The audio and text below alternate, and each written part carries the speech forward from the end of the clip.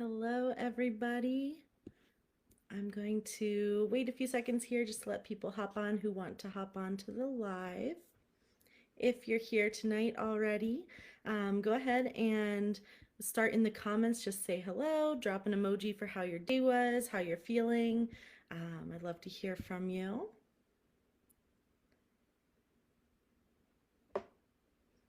Like I said, I'm just going to give it a minute or two here before I jump into tonight's topic, which is journaling.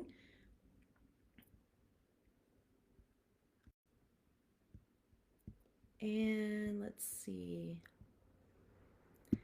There should be a poll here as well. I'm trying that out for you guys tonight, just with some questions here about journaling. So if you'd like to answer that, go right ahead. That would be awesome.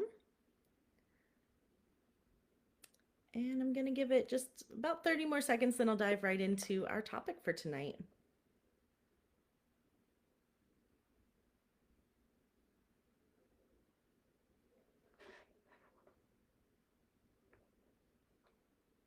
All right.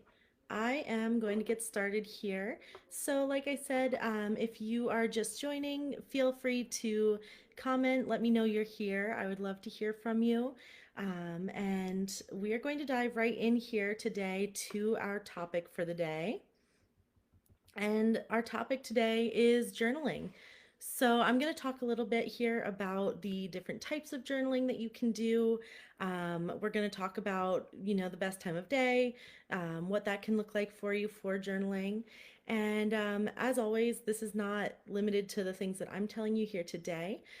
Journaling is for everybody in any format that works for you. So, what I'm talking about here today is from my own experiences and my own experimenting with what works for me.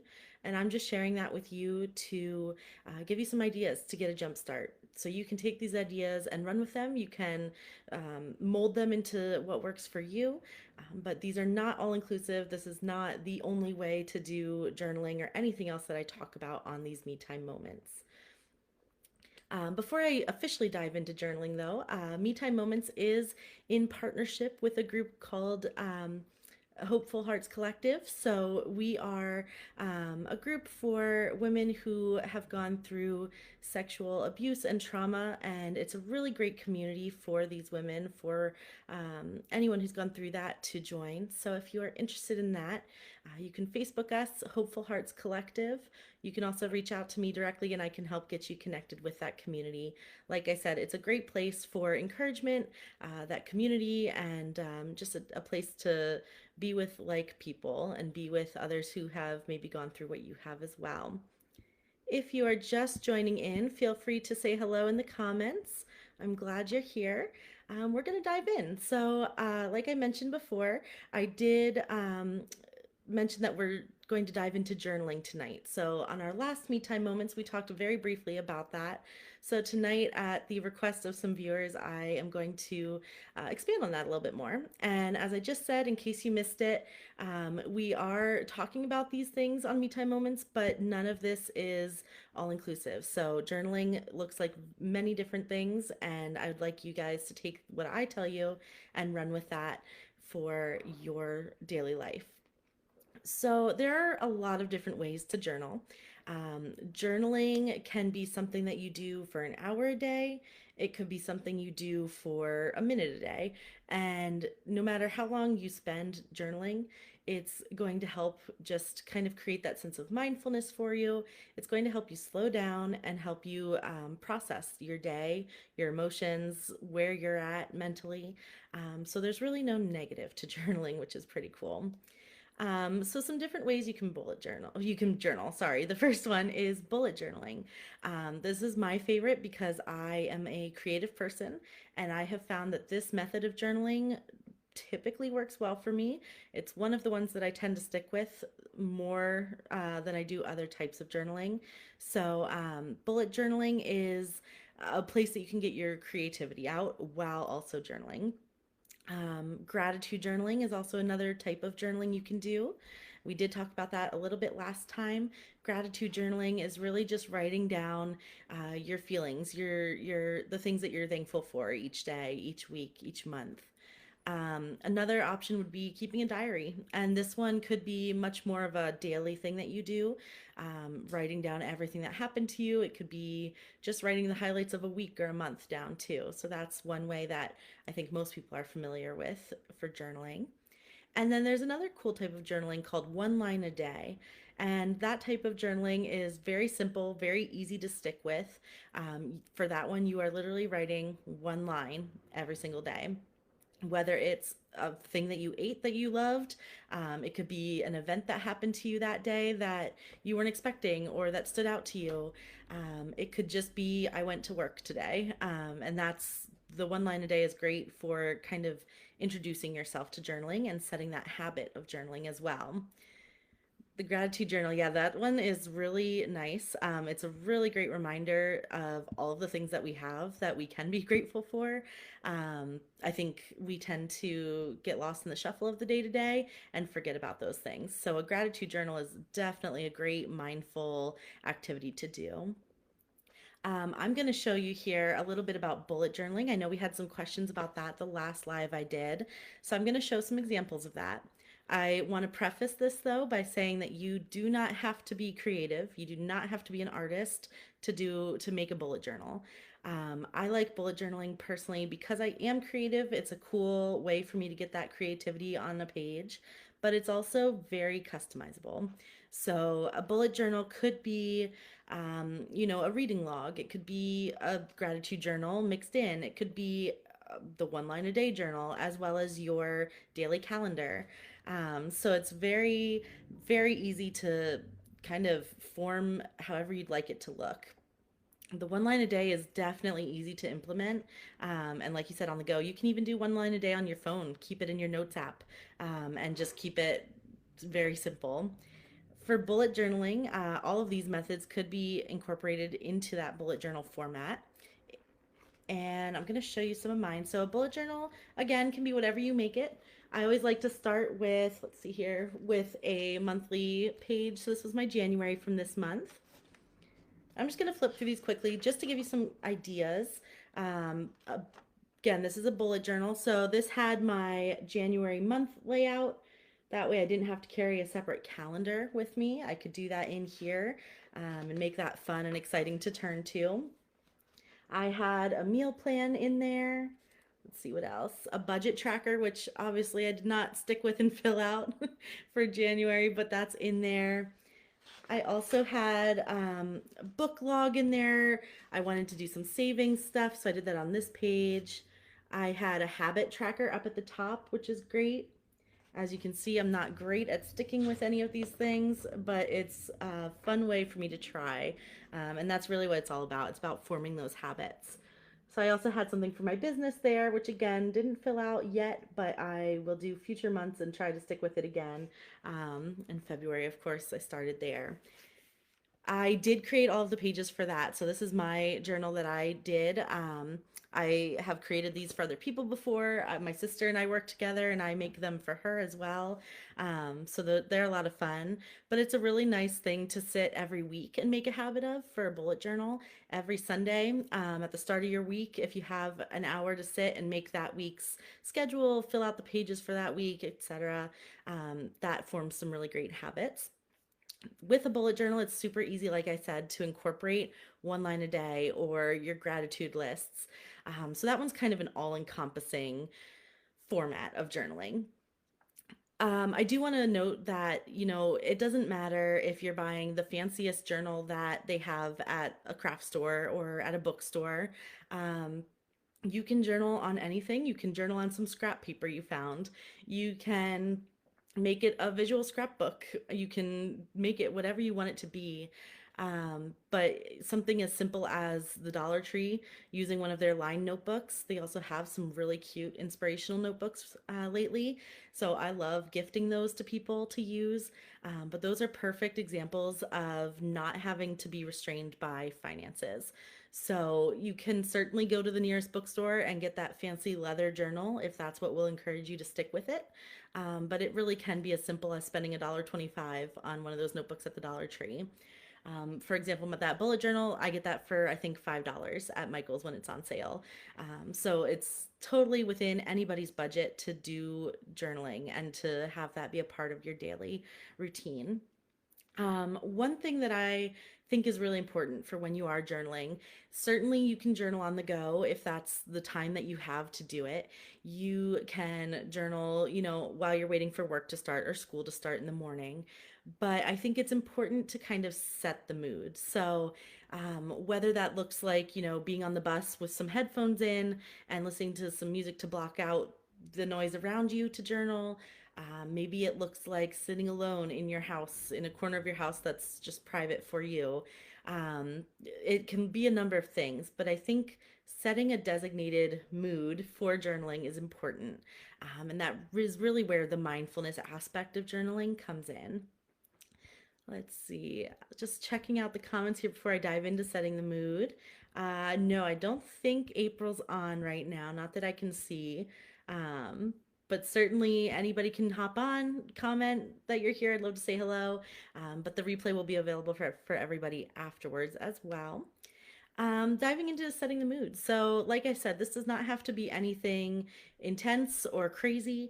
I personally do best when I have a clean space, whether that's the kitchen table or a desk, just uncluttered, clean space to sit down and focus on journaling is the best for me.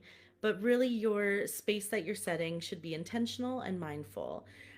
So that could be, making that nice clean space for yourself with your favorite candle, with your favorite drink or cup of tea. Um, you could be snuggled in your coziest blanket on your chair, even with somebody watching TV in the room or, some noise happening around you. As long as you're focusing yourself on your journal at that given moment is great. Um, so, setting the time of day is also important.